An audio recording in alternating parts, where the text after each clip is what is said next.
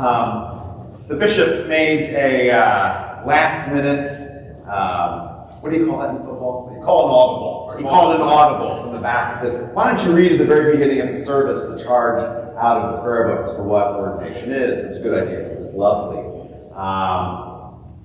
And it fits right in with what I'm going to say this morning. So I like that even better. In the New Testament, we see various roles, what we would eventually come to know as orders of ministry. We see a role in New Testament Greek. It's episkopoi. It means to see over. Episkopos, like epidermis that is over us. Our skin is over us. And skopos, like a scope. Episkopoi see over. They watch over the church. They end up carrying on the ministry of the apostles, teaching what the apostles taught, baptizing new converts into the faith, and gathering the church around the table for the Lord's Supper. Eventually, episcop in English became, well, it does become episcopal, but why? Episcop, bishop. Yes, there he is. There he is. What else can I say? We also find presbyteroi. Presbyteroi literally means elders. Eventually, unless you're a Presbyterian, it means something else. But presbyt, that's a different story, different time. Presbyt eventually in English becomes priest. Although in the New Testament, the presbyters, the elders, don't seem to function as the priests that we have today.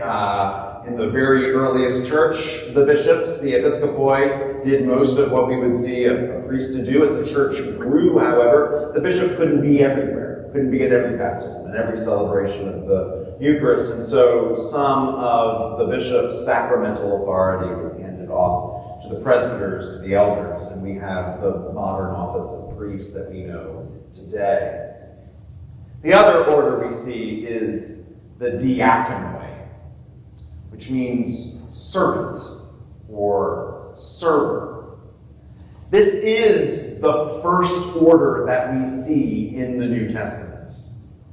We see diaconoi in the 6th chapter of the book of Acts. Be identified, called out of the first Christian community, and commissioned or ordained into their role.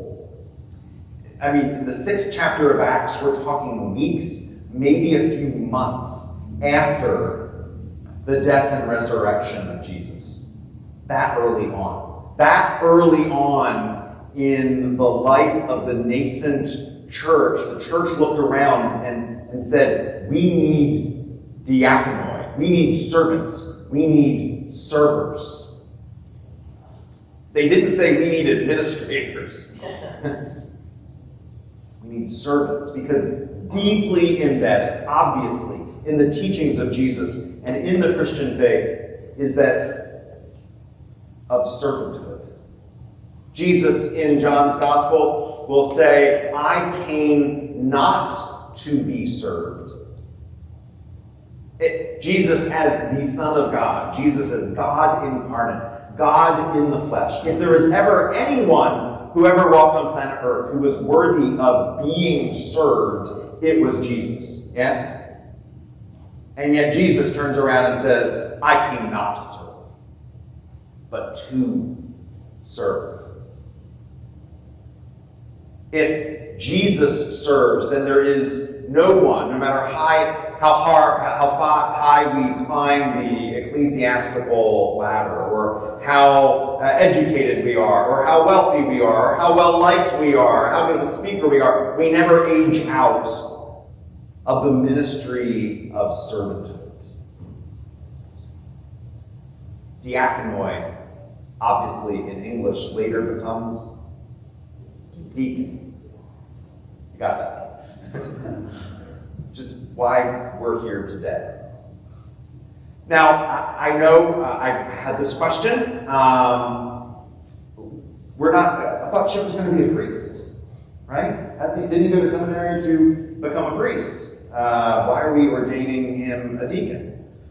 Because in historic Christianity, from the earliest days when we ordained eventual would become priests, we first ordained them deacons. I was ordained a deacon first. Bishop Stokes was ordained a deacon first.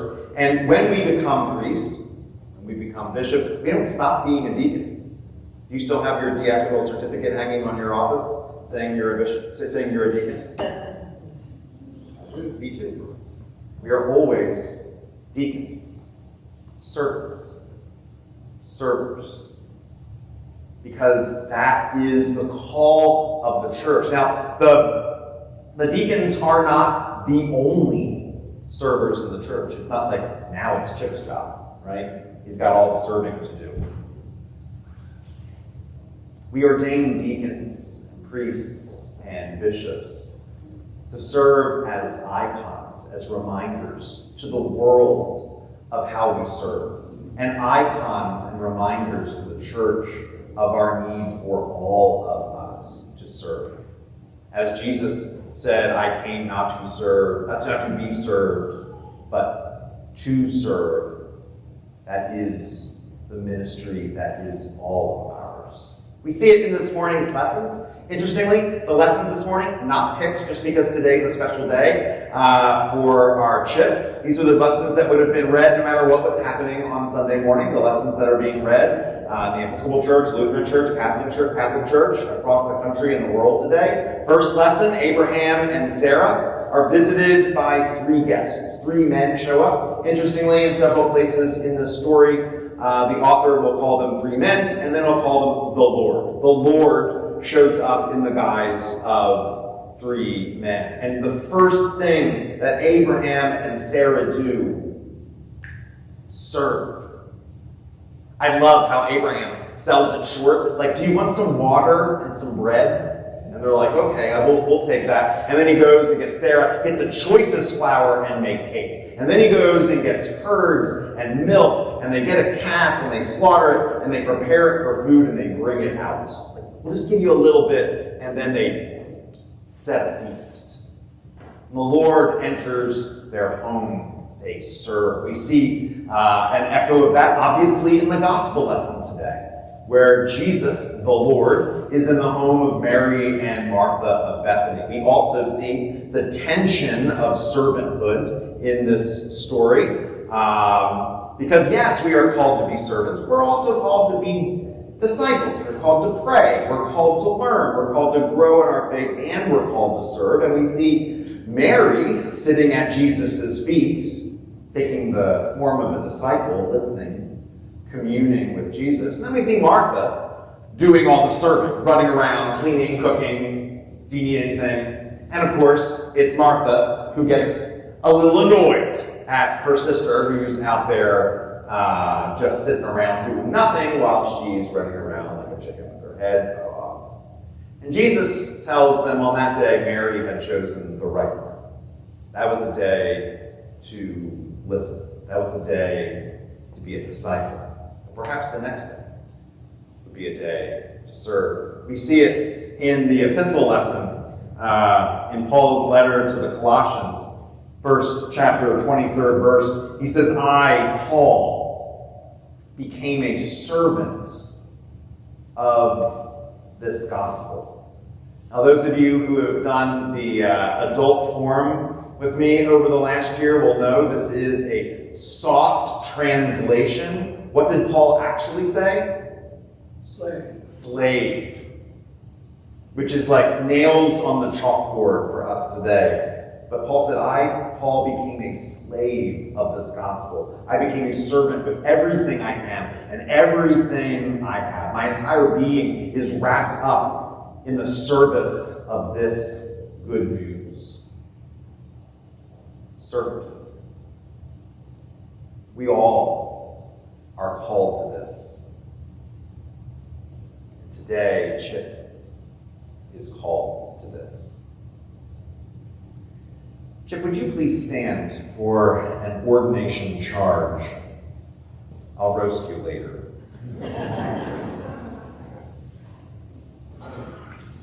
Chip, St. Mark's is so proud of you and excited for this day. I think you can probably get that as the last several weeks when we announced this was coming up. Every week somebody had to clap for you, right?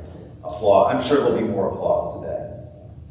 St. Mark's is not the first community to see a servant in you.